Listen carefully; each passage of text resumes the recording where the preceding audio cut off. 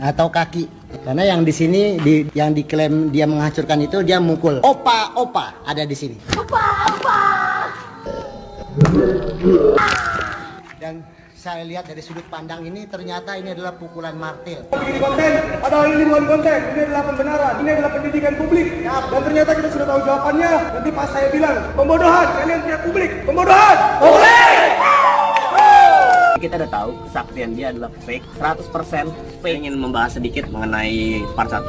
Jadi buat teman-teman yang mempertanyakan ada apa aja sih di part 1, nah, saya akan bahas. Pertama itu adalah keberangkatan kita dari Tangerang. Saya dijemput oleh tim jam 7 malam. Di situ kita nyampe Lampung itu kurang lebih jam 2 malam. Lalu kita bangun, siap-siap bangun tidur jam 6. Jam 6 kita itu udah siap-siap dan kita berangkat ke Polresta Bandar Lampung pukul 8. Nah, di situ kita menunggu kedatangan dari tim Cynthia Chandranaya. Lalu di situ juga kita lihat sendiri yang datang bukan Cynthia Chandranaya, tetapi 4 pengacaranya yang datang. Diwakilkan. Oke, intinya 4 pengacara ini atau wakilnya masih seperti nggak tahu itu masalah yang kita hadapi dengan Cynthia Chandranaya dengan bela diri.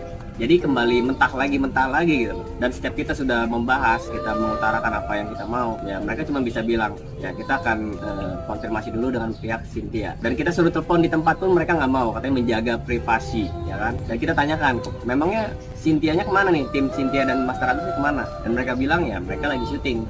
Ya dari sini kita bisa lihat dari pihaknya CC tidak mau menyelesaikan masalah dan tidak punya itikat baik. Karena kita seperti kalian lihat sendiri, kita udah jauh-jauh dari Bogor, bahkan dari Jambi, si Alex Monster 12 jam, bayangin. Kita datang ke situ untuk beretikat baik, silaturahmi, menyelesaikan masalah. Apabila dia tidak bisa membuktikan, dia mesti mengklarifikasi dan mengakui, minta maaf.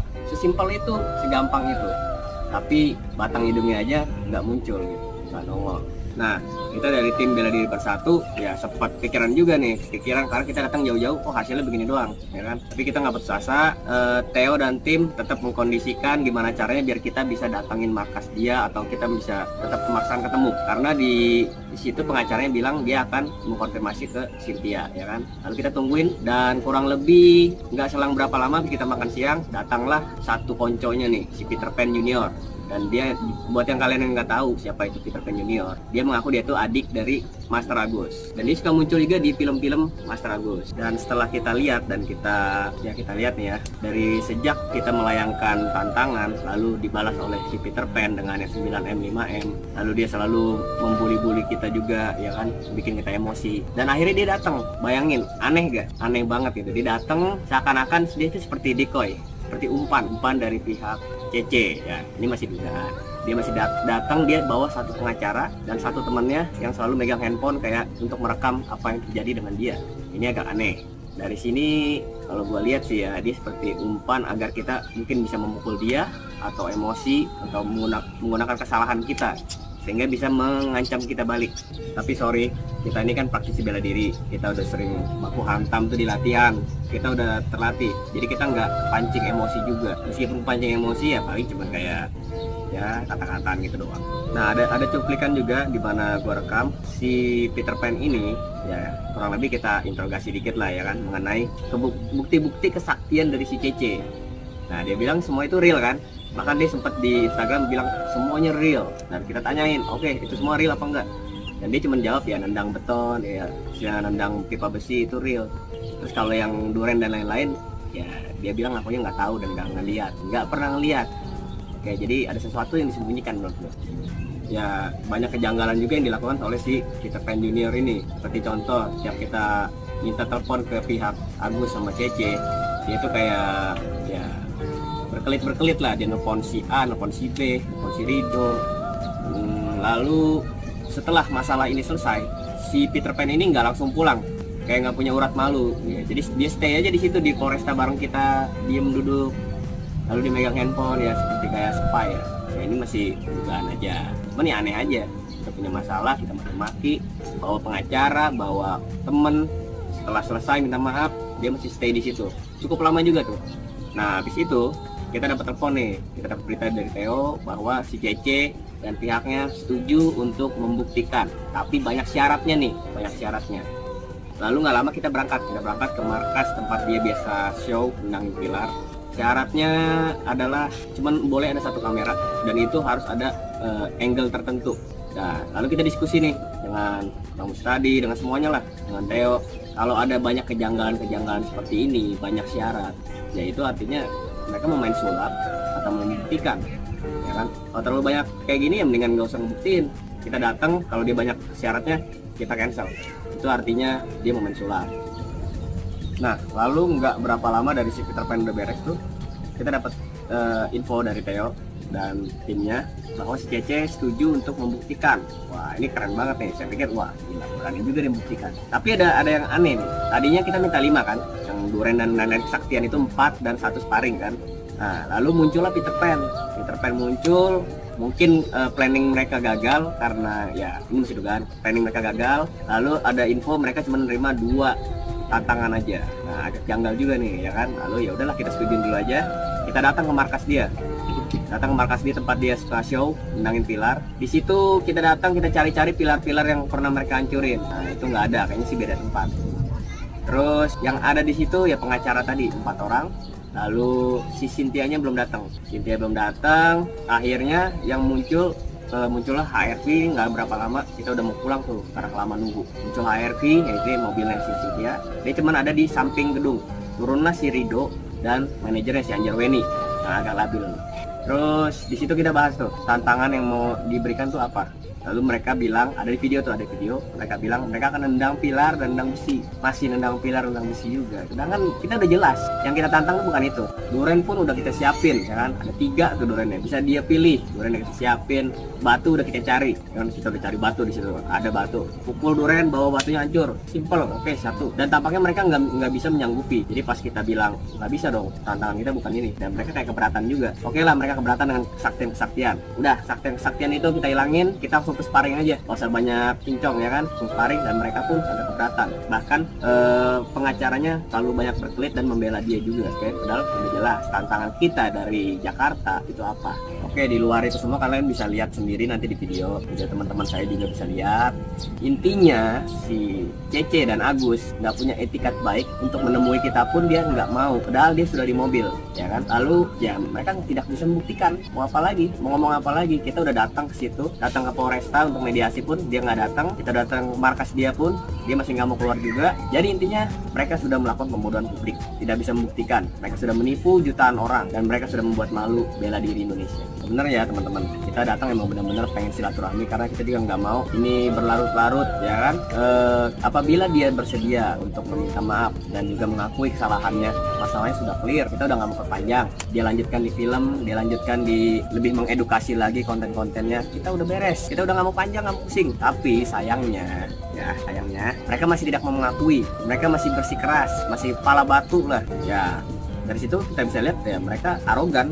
Bayangkan aja, kita udah datang, kita mau silaturahmi, kita nggak butuh bukti pun nggak masalah, yang penting dia minta maaf aja, simpel itu aja kok. Minta maaf, mengakui, bikin konten yang bagus, and done, kita udah selesai. Tapi ternyata mereka masih tidak mau mengakui. Itu tidak ada yang mau disanggupin. Lalu kena pilar dari kemarin-kemarin begitu bang. ya, kalau tidak ada yang disanggupin, mungkin yang bersangkutan mau datang mau bilang bahwa itu cuma editing atau itu cuma permainan kamera. Memang mereka memang setiap hari melakukan itu untuk hiburan. Ya. Kita nggak apa-apa, selesai sampai di sini. Tapi pengen klarifikasi bahwa itu yang begini Pak, kakinya di atas udara, itu bilang aja itu hanya tipuan kamera. Ya. Clear, karena itu tantangan yang kita itu sih Pak. Kalau mereka mau kalau nendang pilar kita juga bikin video, kita nendang tiang listrik. Sama kegiatan ini siapa dan tidak supporter kita makin juga butuh kesiapan terkait dengan namanya mental kita. Jadi kembali lagi masalah yang sudah kita, pengacaranya tuh ada omongan ke Theo seakan-akan kita itu suka berbuat dan ada video kita sangat meninggikan MMA gitu. Nah, dari awal di kantor polisi mereka selalu nyebut kita tuh MMA, dan mereka salah. Kita tuh bela diri bersatu, kita tuh bela diri Indonesia. Ada gulat, bahkan ada anak-anak silat juga sama kita kayak Nirmala Oki, lalu Suwardi, Panjari Emas, bahkan anak PSAT pun datang yang mendukung kita. Jadi mereka ini selalu menyebut MMA ini, mendiskreditkan dan memojokkan kita dengan MMA. Dan di situ dia membuat berpikir kalau kita tuh sudah membuat video meninggikan MMA banget. Ya abang bisa bicara MMA adalah puncaknya bela diri, berarti kita ini di bawah. Oh kita nggak bilang gitu. Ada videonya. Oh kita nggak bilang gitu. Ya, Nah, videonya ada. tapi kalau Ya kalau kita mau nyari salah-salah Kita di sini mau silaturahmi. Dari awal di Polresta Bandar Lampung, pihak lawyernya ini ya memang melindungi dengan mengatakan mungkin itu akunnya dihack, akunnya si Anjarwaini atau si Cynthia ya, itu mungkin dihack atau mungkin ID kita nih, akun-akun kita memfitnah juga, ada omongan seperti itu. Ada dicek lah, kalian bisa cek di video-videonya. Lalu ya seperti saya bilang tadi, pas di gedung itu ya mereka melakukan pembelaan seperti itu, seperti menduga-duga kita ada video-video yang meninggikan MMA banget, seakan-akan merendahkan mereka. Enggak ada. Mungkin teman-teman juga berpikir ya, menanyakan kenapa nggak diterima aja ya kan, biar dia keluar, kenapa nggak diokein nendang beton, nendang besi. Satu yang perlu kalian pikirin, seperti yang Bang Usadi bilang, kalau kita terima lalu dia bikin konten dan kita setuju nih sama pengacaranya, oke kita terima buktinya nendangin beton atau pilar atau besi ya kan, itu udah dianggap kita udah setuju dan oke, dan mereka pasti akan menanyakan setelah ini dibuktikan, nggak ada lagi ya kasus selesai ya, pasti akan seperti itu, dan sehingga masalah ini ya clear. Jadi mereka sudah membuktikan gitu kesaktiannya.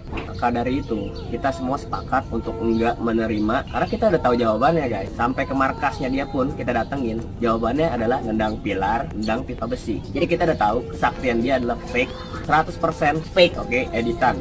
Jadi intinya kita dari tim Bela Diri Bersatu anggap ya ini udah fix, pembodohan publik, penipuan, editing, ya udah clear. Kita udah berhasil membuktikan kan, dan kita udah nggak akan mau bahas ini lagi di sosmed kita karena kita anggap ini sudah clear beres. Meskipun mereka masih arogan dan tidak mengakui kalau ini adalah editan. Tapi setelah kita jalan pulang nih, ternyata sang manajer yang labil ini membuat story di Instagram. Nah isinya seperti ini. Story ini dibuat saat kita sudah selesai berbicara dengan mereka dan kita sudah mengambil kesimpulan ini adalah fake, dan kita tos dengan semuanya, semua orang yang ada di situ, para praktisi bela diri yang ada di situ. Kita tos rame-rame, kita bersorak, lalu ada story itu. Jadi menurut kalian ini masalah udah selesai atau baru dimulai lagi? Buat ke Lampung yang dipikir kita mau bikin konten, padahal ini bukan konten, ini adalah pembenaran, ini adalah pendidikan publik. Dan ternyata kita sudah tahu jawabannya. Nanti pas saya bilang pembodohan, kalian kayak publik, pembodohan. Guys, kita udah tahu jawabannya ya. Kita udah di markasnya. Silakan kalian pikir sendiri. Kalian pikir sendiri. Thank you. Kalau dari pihak si CC masih mau memperpanjang, jangan lupa. 1. Disuruh membuktikan, tidak bisa membuktikan. 2. Kita sudah datang, ya kan? Sudah datang, kita sudah ke markas dia. Disuruh fight pun, mereka tidak mau fight. 3. Kalau kalian mau main hukum, jangan lupa. Kalian juga sudah banyak statement-statement yang janggal. Cynthia pernah membunuh 5 orang, pembodohan publik, tutorial-tutorial yang menyesatkan, profesi atlet yang sudah kalian rendahkan. Jangan lupa itu. Kalau dari kita sih pihak Bela Diri Indonesia, kita sih siap. Kalau memang mau memperpanjang masalah, tidak masalah. Tapi jangan lupa beberapa hal tadi.